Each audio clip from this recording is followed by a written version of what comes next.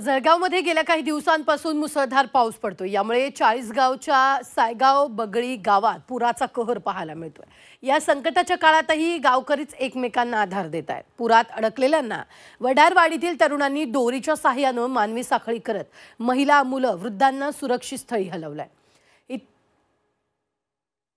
तर याचाच आढावा घेतलाय आमचे प्रतिनिधी वाल्मिक जोशी यांनी। साधारण या ठिकाणी मोठ्या प्रमाणात पाण्याचा विसर्ग झालेला आहे आणि हाच विसर्ग जो आहे हा गावकऱ्यांच्या घरामध्ये घुसलेला आहे।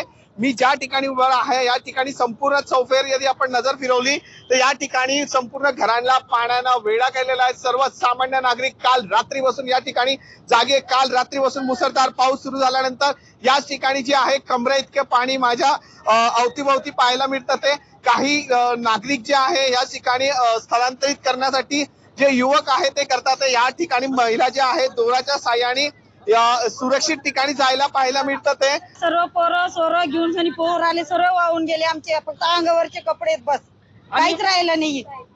आम्ही आमचा जीव घेऊन पोहत फिरू राहिलो। आमचे पोरं लहान लहान आहे, आमच्याकडे बकऱ्या कोंबड्या सगळे वाहून गेले। पुरा आमच्या वडारवाड्यात घरात पाणी घुसून गेले। आमच्या कोणीच येत नाही इथपर्यंत बघायला। फक्त आमचा जीव वाचवून आम्ही इथपर्यंत बाहेर निघतोय। किती लोक अटकलेले होते साधारण आता? इथपर्यंत 40 ते 45 लोक इथपर्यंत एवढं पाण्यात गेले। 40-45 लोकांचं घर जो आहे ते इथपर्यंत पाण्यात गेलंय। कधी येणार, कधी यांना मदत करणार, कधी यांना जे साहित्य वाहून गेले ते मिळेल अशी अपेक्षा या प्रशासनाच्या वतीने करत आहे।